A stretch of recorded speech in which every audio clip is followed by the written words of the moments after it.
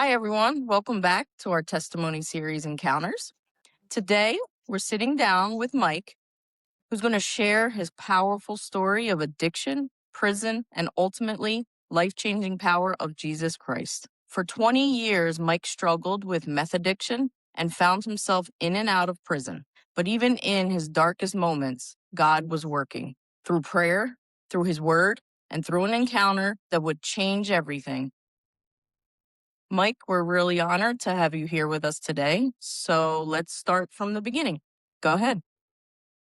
Oh, it's an honor to be here and actually to share my testimony because God has put it on my heart to share my testimony. And I guess we'll start from the beginning, man. I'm from Polk County, Florida, land of Grady Judd. If you don't know anything about Florida, you heard about Grady Judd and what he's doing down here.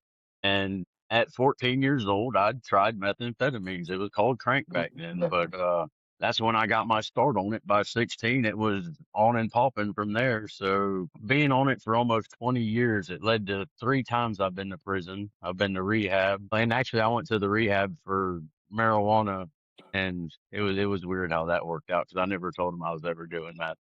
But anyway, on in November of 2018, I'm gonna give y'all the testimony of when I came to Christ. 2018, I thought I hit the big time because I was always the middleman and always making deals and just hustling off the street just so I could stay high.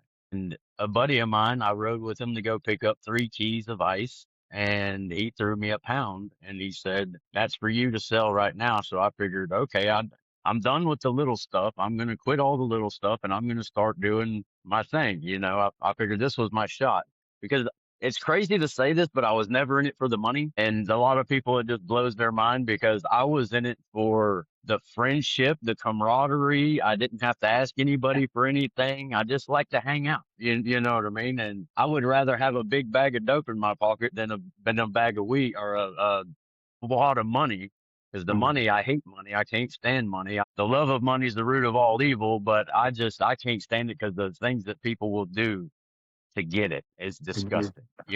So I sold dope. That's what I did. And after I got this first big bag, I remember the days leading up to my arrest. I don't think I made it a week or 2 weeks after having this. And it was just an okey doke traffic stop that got us pulled, honestly. And I probably had a quarter pound on me. The days leading up, I gave the man $800,000, $1,000. I had 500 in my pocket. I mean, I was starting to do my thing, and it was just my buddy. I was going to meet somebody, and I had a quarter for the person, and I had my driver pick the store to go meet him at. Well, he made an illegal left-hand turn into the store, and I was just going to get some more reefer and drop this off, and a cop pulls us over with a flashlight. He literally pulled us over. He was waiting for people to make that illegal left turn, and he smelled the weed that I was breaking up my last little bit. And I'm trying to swallow this quarter that I got in my pocket, but it keeps parachuting in the bag. So I threw it in my shoe, and he's getting on to me about being fidgety, but I got a pistol in my waistband and I got it in a money belt holster. And under that, I got a Crown Royal bag with about a quarter pound of meth in it. And I forgot about a 16th that I had in my pocket. So he's like, "I smell the weed. If you go ahead and give me that, it's just going to be a ticket." And I was like, as soon as I got handed it to him, and he starts patting me down, and I'm leaning to this side because he's on this side. I'm leaning to that side when he's on that side. Then he feels the butt of the pistol. I had a 38 special on me.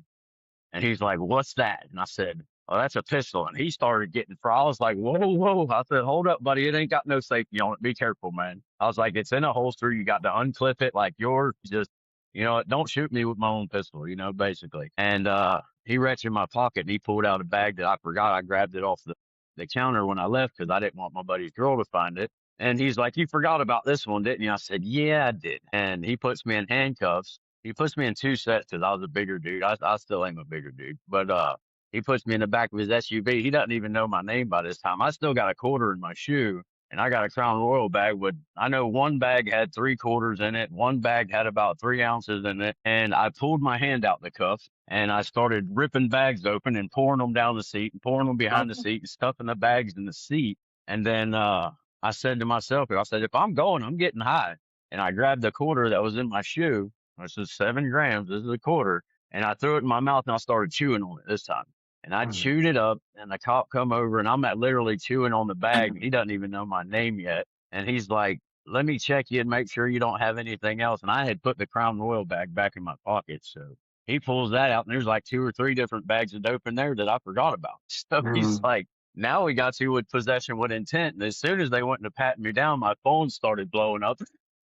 It was Thursday night, I was getting ready to do some business. And I'm laid in the back of the cop car. I had a phone you had to undo with the fingerprint. So he was like, he opens the door. He said, "What do you want me to do with this money?" I said, "Give it to my buddy." He opens the door. He said, "Your buddy left, but if you unlock this phone for us, we can call him and get him back here." And I started to reach because I was already overdosing at that point.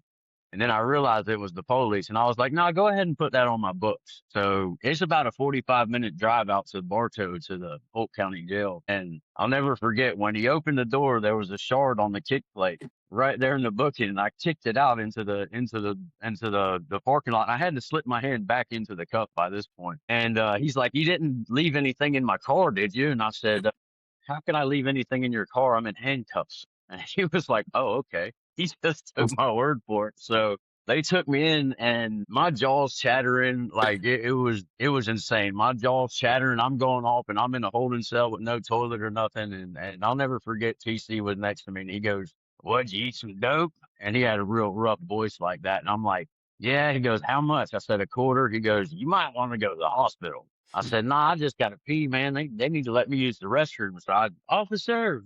He let me go to the bathroom, and I heard TC when I walked out. He said, "You might want to get that dude to the hospital." So I went and I used the bathroom, and they took my picture. And that's the only picture they don't have on my mugshot. They don't have that picture. I don't know why it's not online. And then they went to fingerprint me, and I hit the deck. And they took me to the hospital. I remember gurneys lined up, and they're walking me into the hospital, and they're like, "You can put them right there." And I'm like, "Thank God."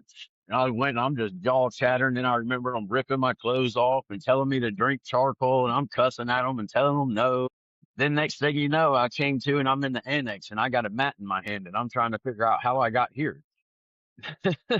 So I go and get me a bunk and put my mat in the bunk. And I mean, this ain't my first time going to jail. My blood pressure was spiking so heavy, they sent me to medical. And by the time medical seen me, I had done chilled out. So there was nothing wrong when they see me. So they just sent me back to my cell. I couldn't figure out how to use the phone. I couldn't figure out how to use the kiosk. I mean, I went into psychosis. I went into psychosis for about a month, and they moved me to South County, and I was in an 8-man cell.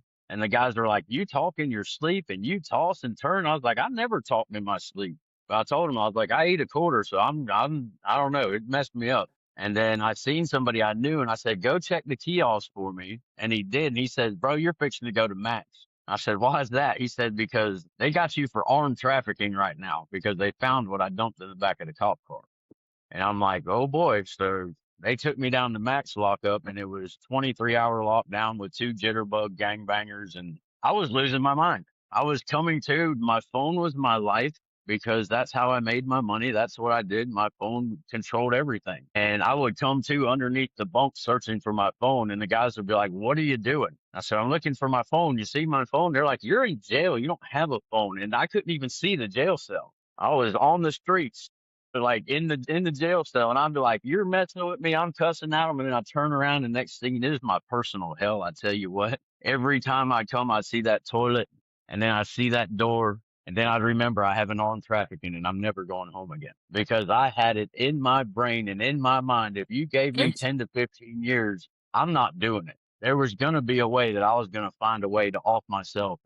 Jesus knew that. He saved me. Thank Jesus saved me because I got into it with those guys and got moved down to another cell.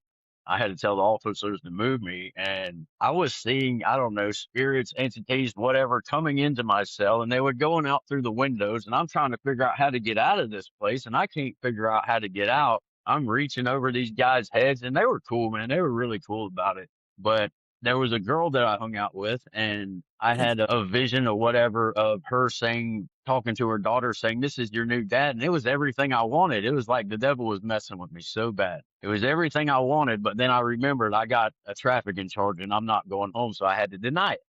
And I'm like, that was everything I wanted. And I told my buddy, I said, "I need to talk to my mom. She'll make everything okay."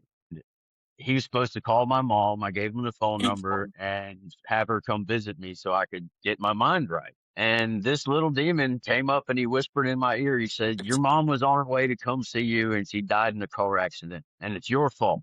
And I lost it. I lost it. I cried and I cried. It was probably the hardest thing ever in my life, losing my mother, because she's the only person who never turned her back on me. And I thought she was dead. And my roommates, the young kids, like, "What do I do for them, Joe? What do I do?" He said, "You just gotta let them get it out." Well, I finally got over the episode, and my buddy said, "I called your mom and she got a visit. She's okay." You know what I mean? And I was like, "Thank God," you know. And I didn't know God here. Like I called myself a Christian for my first time in prison, but I didn't even know what that meant. And I just came back out and went back into my atheist ways and doing whatever I wanted to do. So I didn't really know God at all at this point. And I got kicked out of that room. Needless to say, the guys were like, "We can't sleep with you in here." And I said, "I understand." So I Mhm. moved upstairs with my buddy that I was in prison with before, Scooter, and slowly but surely my mind started coming back.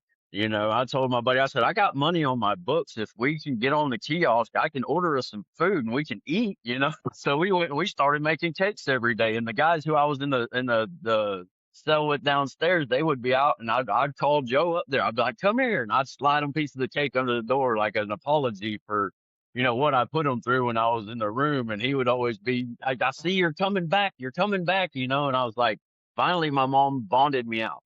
And you think it would be lesson learned, but when she got her visitation, they never called me out for visitation. So add insult to injury. When I called my mom and talked to her, she said, "I thought you didn't want to see me, so I left crying." I was like, "Are you kidding me right now?"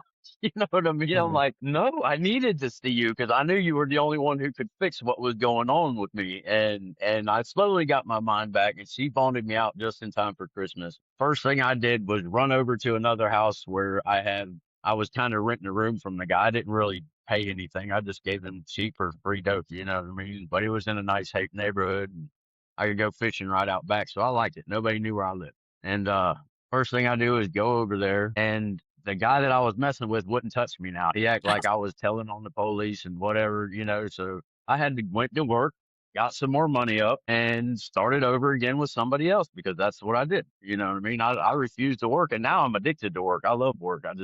It's weird because I would never work in the past. But as I was out on bond in Polk for, they ended up dropping the trafficking a week later because the guy found everything 5 days after I was arrested. So thank you, Jesus. I didn't get the trafficking. I just had my second possession of a firearm because I just did 3 mandatory for a firearm. So I should have had 10 years minimum just for that right there. And we're in Florida. So we got some messed up laws down here. But out on bond, I met this girl and she had faith, but she was living in her car. And I met her at my buddy's house who was a hustler. And apparently I got her high for the first time in years. But I mean, she was at a dope man's house. So I figured there's only one reason you're there. You know what I mean? And she started losing her mind and she watched Stephen Furtick and she liked faith and she kind of opened my eyes a little bit to the possibility of Jesus, you know. But she was so paranoid that I quit selling dope because I got tired of having to run everything outside and go hide everything and then come back in and try to appease her. And I split my customers between my two friends, all except for one, and I even threw my pistol away. I'm like, okay, this is meant to be for God, me and her, whatever. But I never took the dope out of the situation. So she started losing her mind. She got Baker acted. And then we got in a fight one day. And I'm blacking this part of my arm out with a tattoo machine because it represented my ex-wife and what she did to me. And I said, "I'm erasing the past." And she said, "The amount of pain it takes to do that to yourself." And I never even put the connection of just like a cutter cutting themselves Mhm. was me with my tattoo machine tattooing myself, you know, Mhm. and I never put that connection together. And I thought she went to take a shower, but we were arguing and I went outside for some reason. She come out there and she says, "The end is near. Hold me." And I'm like, "What are you talking about?" She says, "I ate all my pills to save you." And I said, "To save, I mean, I think if I'd have held it, I'm kind of ashamed about how I handled it, but if I would have handled it any other way, I don't think she would still be here today." Because I told her, I said, "You're trying to save me." I said, "You just signed my death warrant because without you, I have nothing left."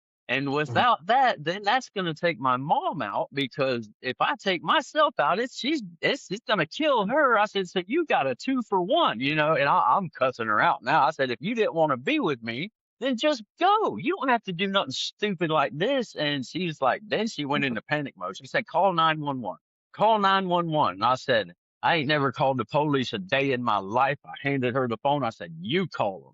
And she did. And I'm talking about offing myself and everything. And I look down, I see it's on the phone with the police. And I'm like, I screamed the address of where she was at to them. And I took off running because I wasn't going to jail. I took off running and I ran out to my fishing spot and I watched from a distance and made sure the police got there and they put her in the ambulance and everything and took her off. And my parents weren't even home at the time, but they came home like during the middle of it.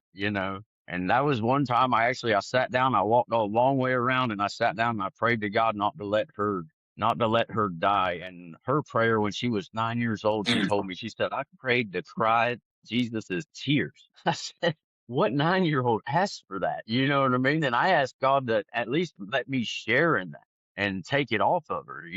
And every time I've done that with somebody, all hell breaks loose. But she got out and we got back together for a little bit, but then we ended up breaking up. And I told her, I said, you destroyed my faith. I had collected crosses over the year and I put them all in her stuff and I wrote her a note and I said, you have destroyed my faith. I have no more faith. And I told God, I said, the gloves are off and I'm going back to work for the devil. I have one customer left in Daytona and he was good for 2 ounces every time. So I called my buddy up. I got those on me and I'm waiting around the house and dude comes by to see me. He's falling asleep. He's got a nice rental truck and this girl's with him. I'm like, he's going to kill this girl. I don't drive because I don't have a license. I said, you want me to drive? And he was like, yeah, sure. Come on. You can come hang out. So we went and out to this ranch and I seen the guy that I gave him all the money I had. And I was waiting on dude to bring me like $900. And we were supposed to take a generator to this guy's mom's house in Osceola County. I'm in another county now. I'm in Kissimmee. And so we drive over there and I had just rolled a blunt and spent my last dollar or something on that. So as soon as we pull into his mom's parking lot, there's 2 Osceola County sheriffs and they're looking for this truck that I'm driving because it wasn't returned. So now it's a stolen vehicle and I didn't know that. And I pull up in his mom's driveway and he's got a 40 cal stolen from a Highland County sheriff in the door over here. I got a backpack with a stash can in it that's got a couple X pills and some bag of dope in it. And for some reason, he grabs my backpack and throws it in the back of the truck. And I got 2 ounces in a Crown Royal bag hanging off my button, in my pants. I didn't even light the blunt yet. They pulled me out of the truck and I put my hand back and I threw it behind me and they put me in cuffs. And they put me in the back of the cop car and I started sweating because it was hot. And I said, how am I going to get this dope off of me? And I said, I got something for them, right? I said, okay. As soon as they opened the door, I started flopping on them. I started convulsing. I started faking an overdose on them. They put me on the floor. When I tell you they sternum rubbed me, and sternum rubs do not feel nice when they take their knuckles and hit them right over your breastbone. They're like, oh, we got a reaction out of them on that one. And they stuck me in the ambulance. And I could see the bulge in my pants as I'm in the ambulance on my way to the hospital. I'm like, how am I going to get this stuff off me? I'm just flopping. I get to the hospital and they cut my clothes off. And there's a detective in the door and there's 2 ounces right there in the bag. He says they waited. They said, we got 60 something grams or whatever. We got him for 15 years. I remember hearing it while I was flopping, acting like I was overdosing. They're trying to figure out what I took. And they slipped a catheter in me. And I was like, and the guy's like, oh, he's not faking it now. And I'm like, oh my God. And they drained me and they pulled it back out. So laying in the bed and being handcuffed to the bed, I was there for 4 days and I couldn't pee laying down. It's just not natural to me. So they put a Foley catheter in me that had a bag on it and it was strapped to my leg and I had to go empty it whenever it got open or when it got full. Well, after 4 days of them trying to figure out what I took, they took me to Osceola County Jail. And as soon as I got in there, they're like, you're charged with trafficking methamphetamines. And I was like, they're like, are you suicidal? And I said, absolutely. They took me to the 24-hour cell and I'm laying in there. I still got the catheter in. I've never had a catheter in my life. So let me just put that out there now. But I'm laying in that cell and I'd wake up and I'm freezing with a little turtle suit on and I'd drain it. And then I told the guard, I was like, they need to take this thing out of me because it hurts. And of course, nobody did nothing. I woke up and I was like, I drained it and I said, well, if they're not going to take it out, then I'll just take it out myself. Right. And I grabbed it and I pulled it and I said, man, that thing's really in there. And I yanked it and I yanked it out and I threw it up against the wall and I sat down on the toilet and took a crap for the first time in like a week. And there's blood pouring out. And the guy's like, what are you doing? I was like, I didn't know they have an air bubble that keeps that thing into your bladder. And I ripped it all the way out. And now they're, why'd you do that? I was like, they slipped the first one in and out. So I'm thinking it was like the first one, you know? And they take me out and they gave me Gatorade to replenish my electrolytes. And then they put me in the rubber room. All right. And I'll never forget because there was a grate in the middle of the room with some water in it and some bars. And I was like, where's the toilet? Where's the sink? He said, that is your toilet. And I had to pee. So I scooted my butt up to it. I'll never forget there was drag marks from the blood right up to it. And when I peed, it burned so bad, I started cussing God. I cussed him up and down. And then I talked to the psych doctor and I was like, I didn't know it was going to do that. I just came here because I wanted to be by myself. That's why I went psych. That's why I did this. And they took me up to another room and I got up there. I was like, I just want to take a shower because now I got the same smock on. I'm covered in blood. You know what I mean? And I get there and it's shower day and he's like, if we got time, I'll let you get a shower. And I'm like, sweet. So I ended up getting a shower. It was like the most magnificent shower I think I've Right. ever taken in my life. And I got to wash all that off of me. And then I got to put my bloody smock back on, the same one. But I talked my way out of it in the general population. And my roommate, actually, he's kind of famous on Facebook for doing some comedy skits and stuff. He was a real cool dude. And they put me in his room. And my mom, she had been praying for years for me. You know, my mom's the sweetest little 4'10" God fearing woman you'll ever meet, you know what I mean? And her prayers, I guarantee if you have anybody in your life that you want saved, don't ever give up on praying because it didn't take hold till I was 36 years old, but here I am by the grace of God. And she was praying for somebody to come into my life that I would listen to. Mm. And of course, another guy named Mike, he comes in my room for a DUI and I never talk about religion. But I remember this guy named Santiago, and I was just watching TV, and I seen him walk up the aisleway, and I seen his eyes, and it was just like the movies. God opened my discernment for just a second, and I seen those cold black eyes that you see in the movies from the demons, and I said, "Whoa, that guy's got a demon in him." And I was like, "Please don't." Every time he'd go try to talk or something next to me, I would just sit there and not pay attention to him and watch the movies or whatever. And I'm talking to this dude about this guy. Well, not specifically about that, but he's telling me about secular music and Jay-Z's clothing line being the symbol from Satanic Bible and all this stuff. Like we just got to a big, deep conversation. And he's like, I'm going to lay down. I'm going to get some sleep. And I was like, yeah, I was telling about the dude I seen a demon in him or whatever. And I was like, good night, brother, you know. And then all of a sudden at the freaking door, this guy pops up. He's like watching our window and he's looking at us with this crazy look. And it's the guy I said that had the demon in him. And I'm like, he's not a dorm trustee. There's no reason he's supposed to be out there. It's locked down right now. And I said, I told you that dude has the demon in him, and they just kind of laughed it off. But I got in that bed and I said, Lord, I'm sorry. Jesus, come back into my heart. I am sorry. I apologize. Don't let anything happen to me. You know what I mean? I was like, 'cause I knew this dude had my number for some reason. And like the next day, I go to put my tray on the shower wall, and my cell was the first cell at the top of the stairs. Where you got to the top of the stairs, you had to walk past to get to it. And as I'm going up the stairs, that dude's 2 steps behind me. And I'm praying the whole way up the stairs. Lord, please protect me. Don't let this guy do nothing stupid because he's going psychotic and doing stupid stuff in the dorm. And I get in the room and I turn around and you see him. He's like, looks in the room real quick, all crazy at me. And then he just takes off and his room's all the way on the other side. And I'm just like, it's weird. I ended up becoming a trustee for the first time and getting put in the kitchen. So they moved me from that dorm.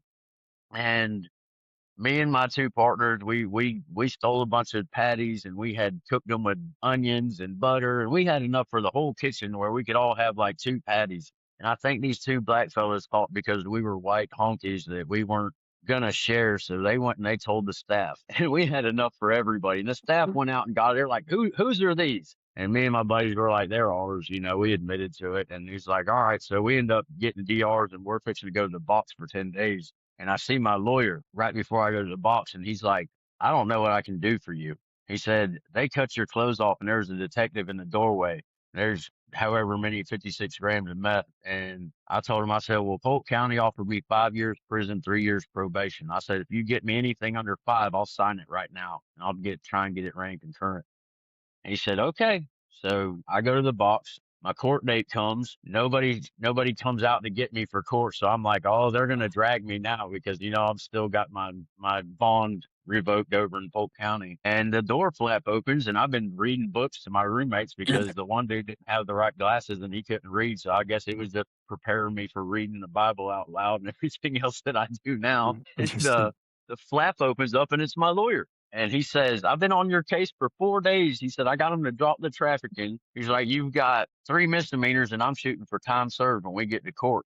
And I didn't even have time to ask him a question. He handed me my paperwork, that flap open. I looked at my body. I'm like, did I hear that right? Did you hear what he said? How? But God, that's all I can account it for, because after the girl that tried to kill herself, we broke up. When I got out of the box, they moved me into another cell, and I had a little Honduras guy who barely spoke English and a Cuban guy, and all they did was read their Bible. They were always reading their Bible when I got in there, and I was like, huh. So I told my mom, I was like, these guys, all they do is read their Bible. She says, well, what are you reading in yours? I said, I don't have one.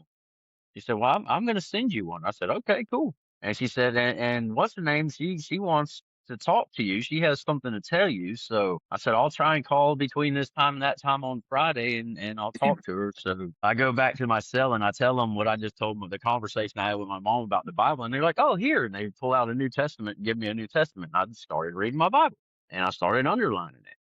And then I talked to homegirl on the phone, and she's like, I'm pregnant and I think it's yours. And I'm like, awesome, but I'm going to prison. And she's living with some dude in a hotel because she was living in her car. I was like, well, you're pregnant with my kid. I said, hold on. I talked to my mom. I didn't even tell her what I was doing, but I talked to my mom. I said, if she's got my baby, she needs a place to live. I was like, I can't do nothing for men here. She's got her life straight. She's got a job. She's not doing dope anymore.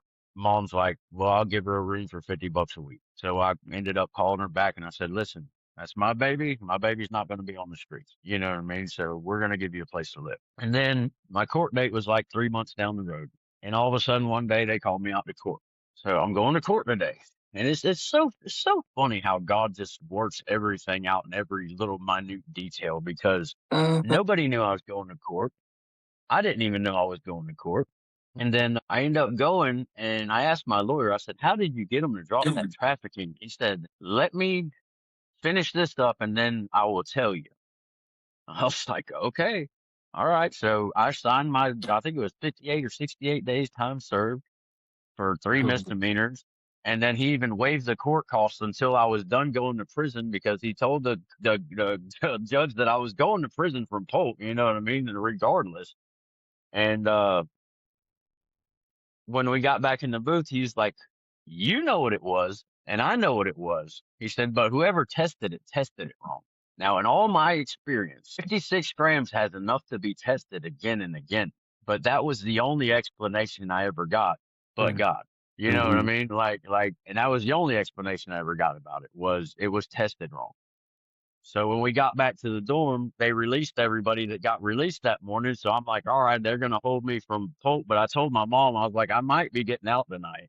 And she said, well, me and your dad are going to All-Star Resort with my sister and her kids for the end of summer thing. And the girl was coming over to get the key to move in that night. And I was like, they let everybody go, but me, so whatever. Then they called me up to booking, and he was like, we don't have your fingerprints. Like, God worked everything out, man. She's like, how did you get through here without getting fingerprinted? So my name was never ran through NCIC. They never knew that I was broken my bond at Polk. Like, I figured this out later. Because when she did, I said, what is this about Polk? She says, I don't know nothing about no Polk. They got my fingerprints and sent me back to the dorm. And as soon as shift change came, they let me go. And I had a pair of canteen shorts. They didn't have a shirt to give me. and it was raining outside. I had two Bibles. One my mom sent me, the New Testament this guy sent me, and whatever paperwork. And my clothes were cut into shreds from the hospital, and I still had like $1 and some change in the pocket. That doesn't really happen. And I put my necklace and my watch and everything on. They gave me a trash bag because it was raining. And I'm expecting the cops to just jump on me as soon as I walk out the door, you know. And I called my mom and dad, and I was like, I'm not kidding, but they're releasing me right now. You know, I walked out in a trash bag and a pair of shorts, and this dude was out there smoking a cigarette. He's like, "You want one?" I was like, "I don't even smoke, but yeah, I'm celebrating right now. Let me get that." I smoked a cigarette, and I sat there for about an hour talking to him and somebody else until my parents come and pick me up. Now, the girl doesn't even know I'm coming home. And on the way there, I called her and I told her, I was like, "I'm on my way home." And she's like, "What?" I was like, "Yeah, I just got released." So I went home, I got showered, changed, and my parents went to go do their thing. And she comes through the back door. She had just went to the hospital earlier that day because she was having stomach pains. Like God, just every detail is just amazing what He does. And she come in, I gave her a hug, and she said, "Hold on, I had an ultrasound today, and I'm not as far along as I thought I was, so the baby's not yours." And I said, "That's okay." And she's like, "Are you serious?" I said, "Well, seeing as how I went down this road with drugs because I found out my oldest wasn't mine when he was 5. And that's what really put me over the edge into, like I said, it's only one testimony. It took Wow. me over the edge and I went into the streets and went into the drugs because my firstborn son, which he's in his 20s now, and I'm still on the hook for child support because that's how Florida does their thing. Like it doesn't matter. I signed the birth certificate and I was married at the time, so I never gave my rights away to him because I hoped one day to at least be able to see him again. But and God, it'll happen. God's gonna restore everything, you know. Because I do have a daughter with her that is mine, and she's beautiful and she plays the violin, and they turned out great as far as I know. I haven't really had contact with them in 15 years, but that was the reason I went over the edge. Is I mean, I didn't ask nobody for pity, but I was miserable in my own mind, in my own heart. And I just, how did you let this happen to me, God? It was always a war between me. I said, I don't know which one of you guys is messing with me. I was talking to God and the devil the same way. I say, but one day you're going to have some questions to answer because I'm going to come see one of you one of these days. You know what I'm saying? I'm like, I used to go through it with them. And she was like, "Are you serious?" And I'm like, "Yeah, go get your stuff and move in." I was like, if I ruined my life over that, at least this time, maybe this will work out different. For about a month, I lost it. Like my buddies was selling dope and he would give me some and I would go out to the mushroom field and pick mushrooms. And like I was literally out there and I'm like, I can't find nothing. And I'm like, I can't get one more God because now I know I'm fixing to turn myself in to go to prison, but they told me it was only 4 years. And I should have had a 10 minimum. And I'm ready to run to Alabama to my buddy's house. And the girl's like, if you don't take care of this now, we don't have a future. Hmm. And she served her purpose. You know what I mean? Like I went to turn myself in on a Monday and I was like, this is the last time I'm getting high. And I ate a piece of meth and I went in there and I said, can I get a furlough?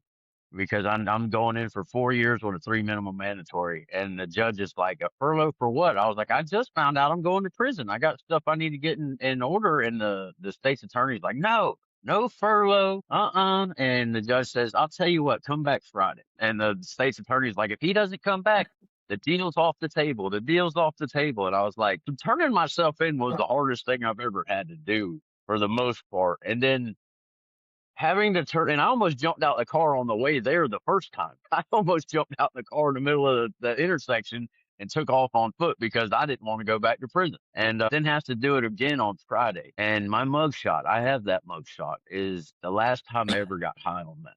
That was August 3rd, 2019.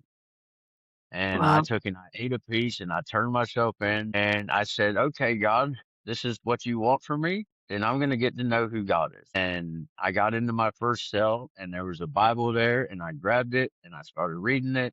I asked the roommates, is this y'all? They said, no, man, go ahead. And I started reading and underlining and I went from just not knowing anything about my faith, just knowing that you just saved me from armed trafficking. You just saved me from another trafficking because you knew I was going to take myself out. So now it's time to get to know my creator and get to know Jesus and get to know why did you save me? because I don't deserve it. Like, did any of us ever deserve it? I dug my own pit with my own two hands. You know, my own decisions put me in my pit. I can't blame nobody else where I could say, yeah, finding out about my son made me lose it, but I had a choice. I absolutely had a choice. And I handled it horribly. I've handled just about everything horribly in my life. Like just at the beginning of this year, I just lost my family. You know what I mean? But I'm a rough person to be with and to live with, and I understand it. And I went outside of God's will and I put this on a pedestal, but nobody gets that pedestal but God. Mm. And he had to take everything away from me again to get me focused back on. And now I'm sober because when I got out, I was chasing God through prison for them 4 years. I even quit cussing. And I had people apologizing to me for cussing in front of me. And I'm like, for what? You know what I mean? And they're like, I know you don't cuss. It's just it's the amazing things that God has showed me. He's like, I know you don't Mm. speak like that. I apologize. And I'm like, if you would have heard me 5 months ago, or Mm. my first roommate, he said, you cuss enough for both of us. I said, well, I'm working on it. And when I'd like to say that I stayed right there, but I got in work release and I picked up the nicotine and then I said, I could smoke weed legally now. So there's nothing against it. I can justify 100 different reasons why I can get high. They drink wine in the Bible, so I should be able to smoke a joint. And, you know, I don't drink. And I went through all of that over the last, I've been out, it'll be 3 years in April. Now, in fact, I got out April 19th and tried to get my card on 420. So I got it on 421. And, I just quit that in January. You know, like I seen that there was no need for it anymore. And then I just went through my spat with nicotine again. And I got a message the other day and my buddy was preaching out by the lake and he said, we want to hold on to that 1% and give God 99%. And that Mm. nicotine was my 1%. And I was like, dang it, man. So I had to throw that away now. So now I was like, well, I'm sober, Lord, but you know, the nicotine doesn't get me high. I'm sober. I'm sober. Well, I could justify it 100 different ways. And then God's like, no, for the road that I need you for, I need all of you. Because even with the girl, when I was in prison, I broke up with her because I got a message in church and the guy says, I'm only getting 60% of your heart. I want the other 40. And Wow. so I mutual breakup said, listen, I can't focus on God because I'm so distracted by you that I can't fully focus on him now. And right now he done put it in my head, Matthew 19:12. He said, see if you can accept that one. And that's Mm. some are born eunuchs, some are made eunuchs, and some are eunuchs for Christ's sake. So Mm. here it is. You know what I mean? I said, all right, I got to focus on God because if I get anything, it's always a distraction. That's what my whole last relationship was. I'd put my Bible down and things would go wrong.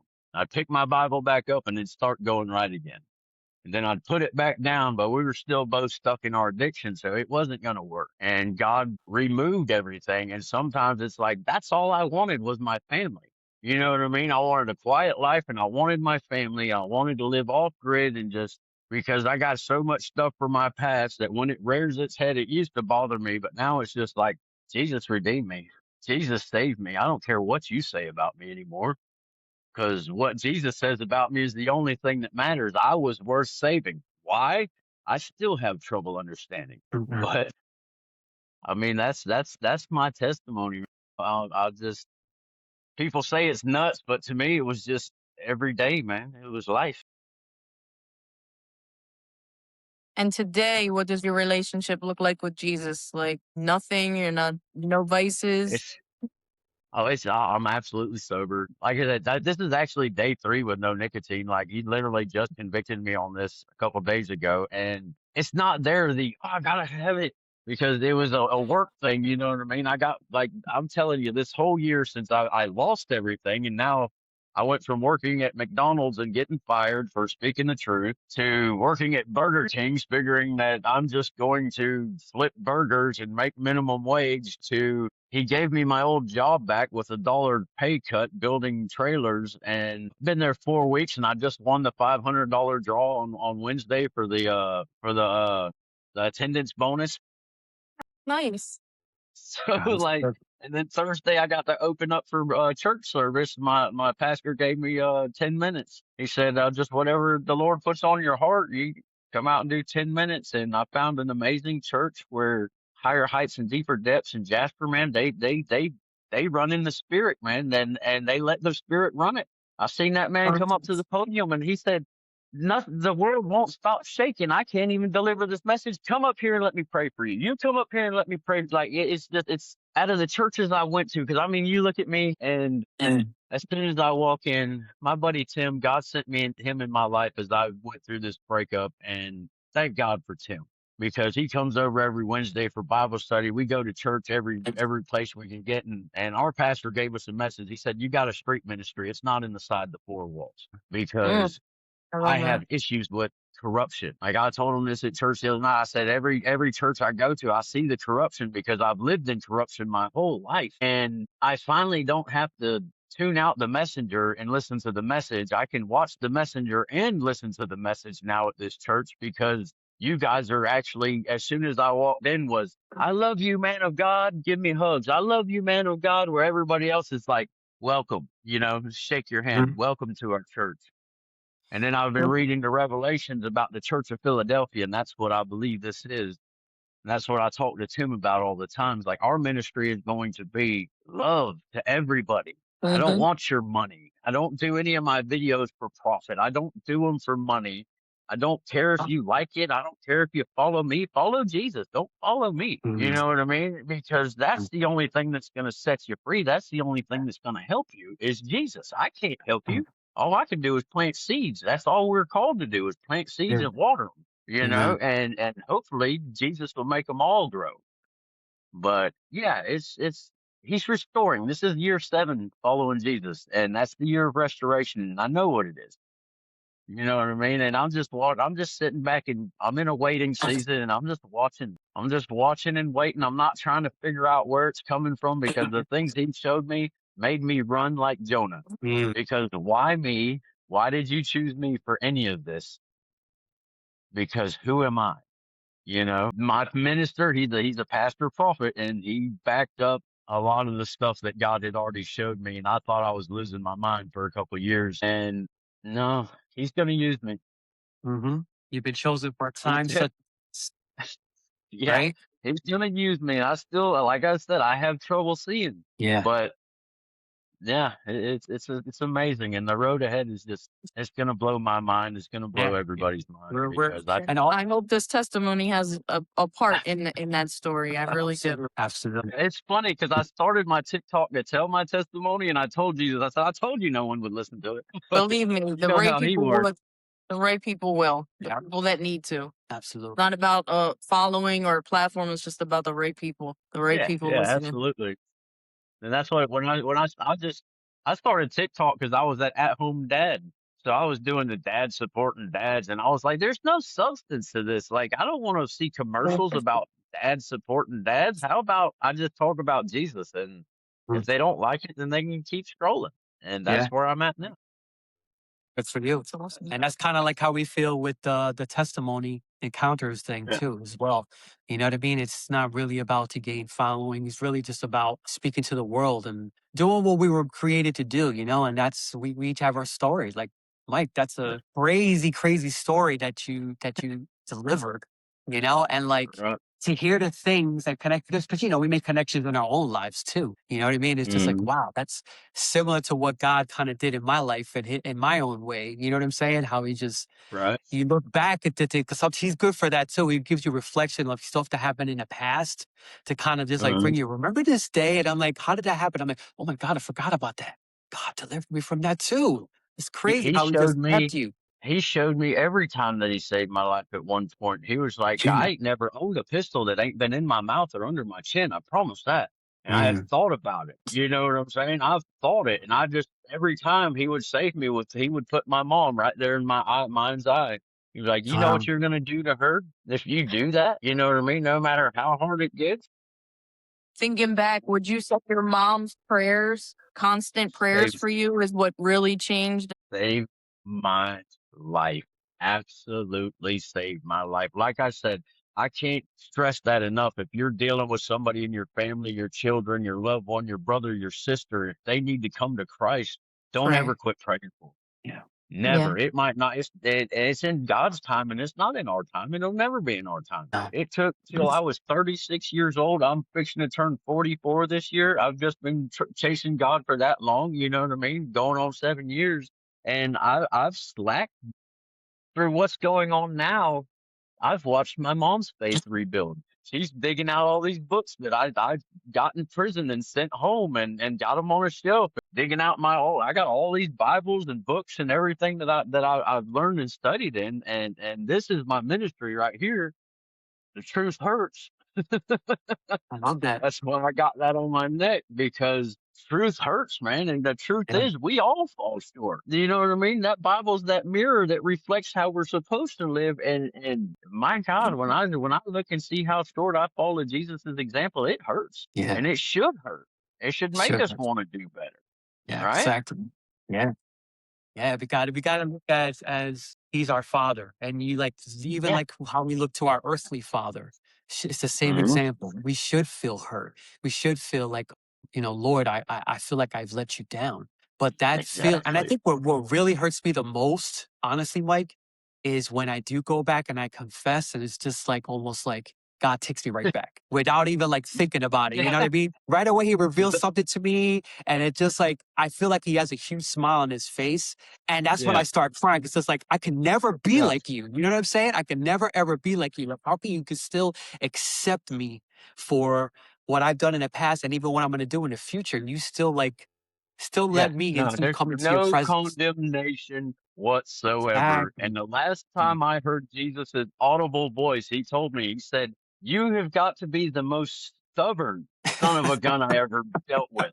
He said, "You are addicted to pain, and not just Mhm. any pain. I was addicted to the pain of repentance, I know. because just like a child, if I can't get your attention by doing good, I'll go do something bad to bring the tears to my eyes, to make me lay in a puddle of snot on the floor and cry out to God." And he took that away from me. He Wow. won't even let me have that anymore. But like you were saying about him being the father, I'll tell you one of the lessons he taught me when I first stayed home with my son was the first time he ever got sick. And all I could do was pray over him because he was so miserable. And when I was holding him, God said, "Do you see how much it hurts you that you can't do nothing about it while he's sick?" He's Mm, like, "That's how I feel every time I see you go back into your addictions. Every time I see you go back to the old man. That's the mm. feeling I have for you. It hurts me and it hurts my heart." That's beautiful, Mike, what you just said.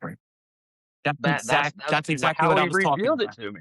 Yeah, Yeah, that's no, you're exactly right. what I was That's talking about, like man. a father. If the people who don't have children would never quite fully comprehend the love you have for that child, especially when something goes wrong and there's nothing you can do.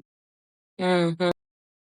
And God's hands are tied because he gave us the keys to the kingdom. It's up to us to put everything into action now, because Jesus said, "I go to intercess for you, but you got to call for Yeah. it."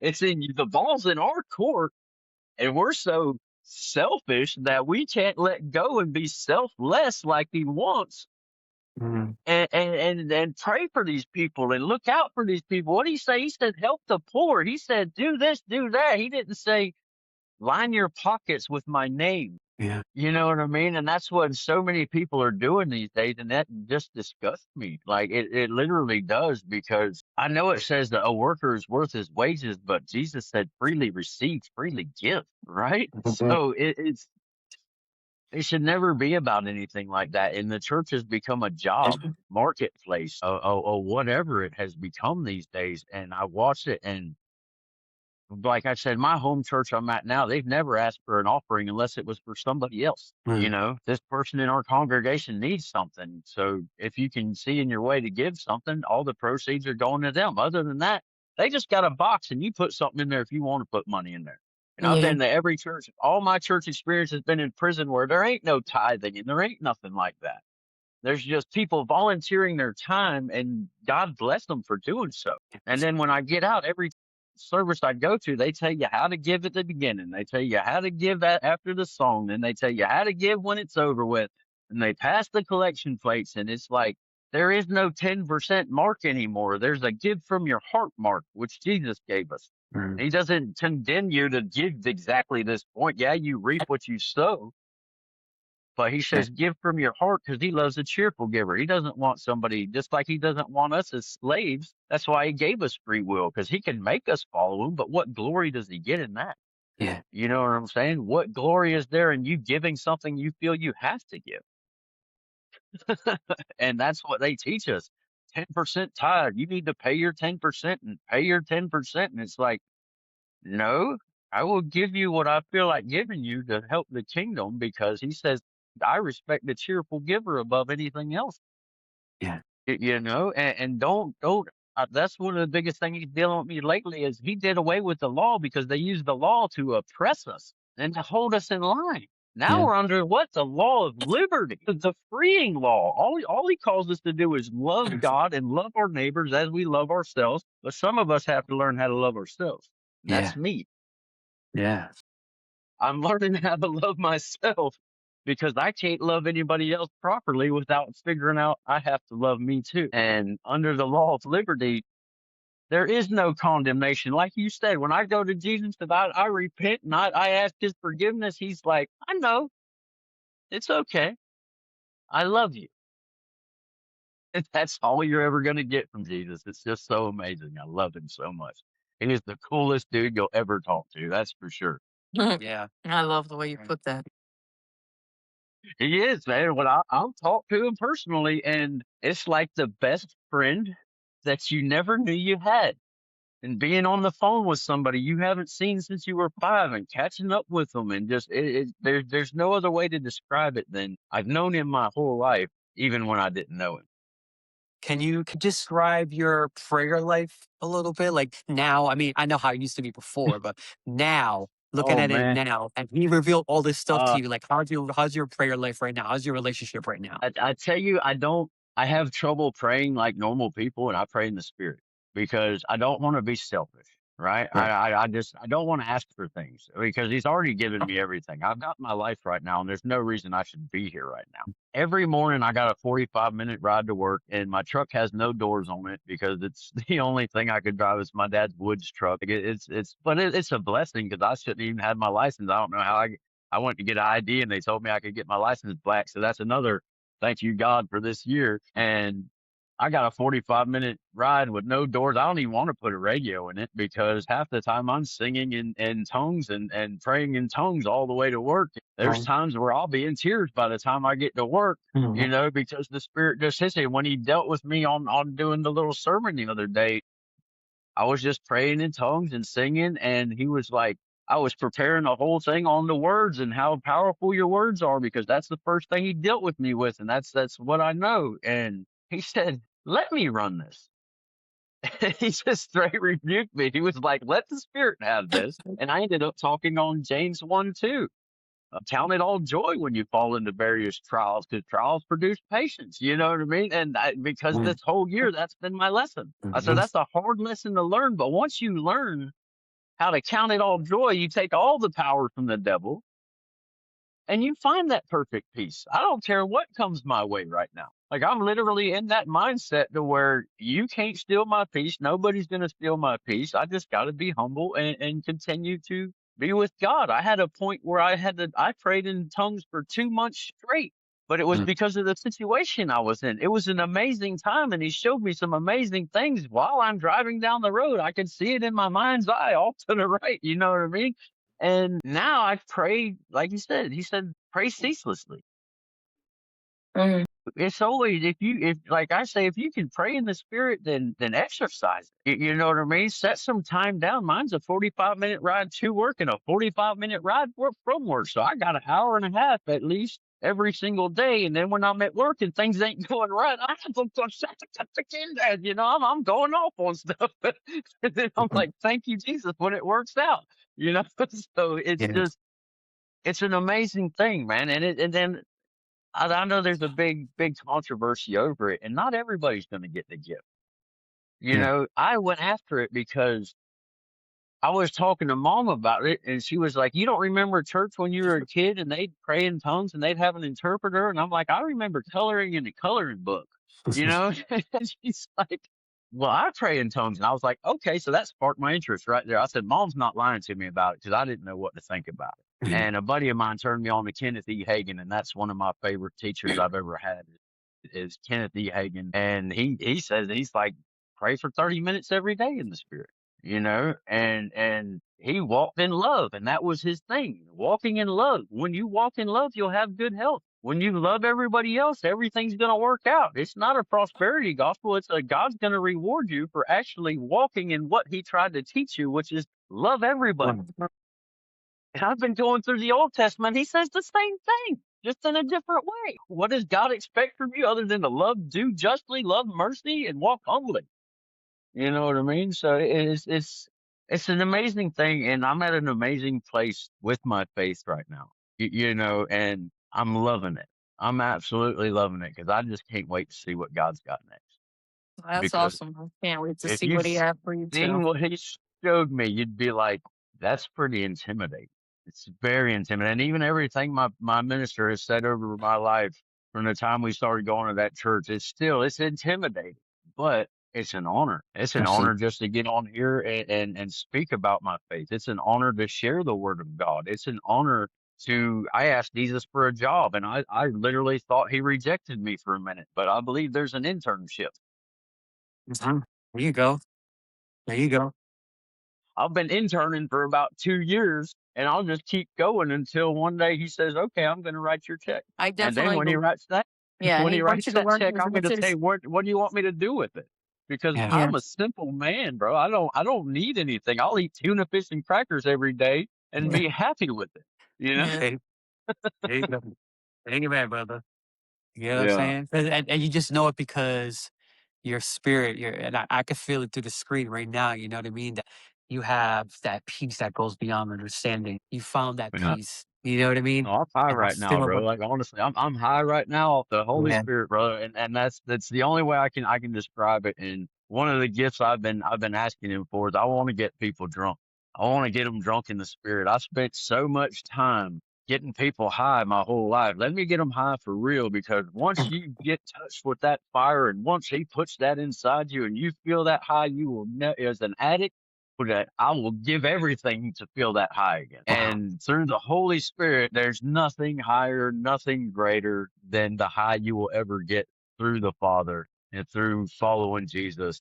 And I hope to share that high with people, especially addicts, because we're always looking for something to make us feel good. And when he touches you and you get that feeling, and it's just, there's nothing like it, bro. There's nothing. Like I said, I'm high right now. You just made me realize how high I was. that's crazy. Would you consider that a final thought? I mean, that Yeah, was I perfect. consider that a final thought, but I did want to ask you one thing. One What's that? thing, like for anyone that's going through something similar that you went through, any final thought that you would like to say to them before we go into a final prayer here? I'm going to say, don't focus on the circumstances. Focus on God. Like he said, and anyone with their hand fit to the plow and looking behind them is not fit for the kingdom. And your past is behind you because Jesus doesn't remember it. He doesn't hold you against it. He does not condemn you, even for your future failures. And I kind So, of feel like you go through a lot of those things so you have a testimony and you oh, have absolutely. your story, you know? Mhm. So don't hate. You might hate what you're going through, but no, you're going through it because something's going to be revealed from that to help Absolutely. many people. You know, we all have I our own look at it testimony. this way. There are many people who would have pulled the trigger, and I'm glad it was me Yes. instead of somebody else that had to go through what I went through, because a weaker man wouldn't have been able to make it, or a weaker woman wouldn't have been able to make it through what I made it through. But he designed me this way because I can't stay down. I get Mhm. back up faster every single time. So just get back up. That's my final word. Get back up. Don't let it keep you Mhm. down. Get Love that. back up, look back to Christ, keep your eyes on heaven, and just keep going. No matter what the situation looks like, you just got to keep your eyes on Jesus. He didn't say it was Absolutely. going to be easy. He said tribulation's Not. going to come, but he will Mhm. give you this peace in your mind that you're like, I don't know why I'm at peace right now, but I am. And I thank Jesus for that. We can stop there because I can go all day. Well, did you want to say a prayer or would you like Jacob to say a prayer to close out? I say a prayer. It's all right. I used to lead a All right. prayer circle. Okay. All right, let's go. Father God, I just come to you as humbly as I know how. And I just thank you for this fellowship. And I thank you for introducing me to this brother and sister. And I just pray that my story can touch at least one person's heart. Yes. Because if one person makes it to your side because of something that I went through, everything I went through was worth everything that I went through. And I just pray for the addicts out there that you find Jesus and he gets you high because you chase that high. And when you chase this one, it's worth the chase. I promise you.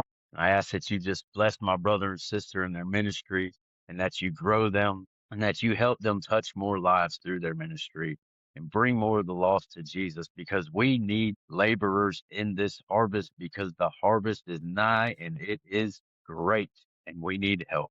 I give you all the praise and all the glory in Jesus' mighty name. Amen. Amen. It was beautiful. Yeah. Well, thank you so much, Mike. And Thank you. real quick, put your TikTok out there. We'll also put it in the description, but if you can say it right now. Sorry, your My prayer kind of went TikTok, in front. I am just a voice in the woods on TikTok. Voice. That's my handle on there. And on Facebook, I'm Mike Clifford. I got an Instagram. I don't know what it is, man. I'm really not that versed in it, but you can find me Okay. on one or the other, man. I really appreciate y'all's time and I appreciate what you guys are doing. Yeah, we appreciate you, man. For sure. All For right. sure, man. Thank you very All right. You much. guys stay blessed. Stay blessed. You too, Mike.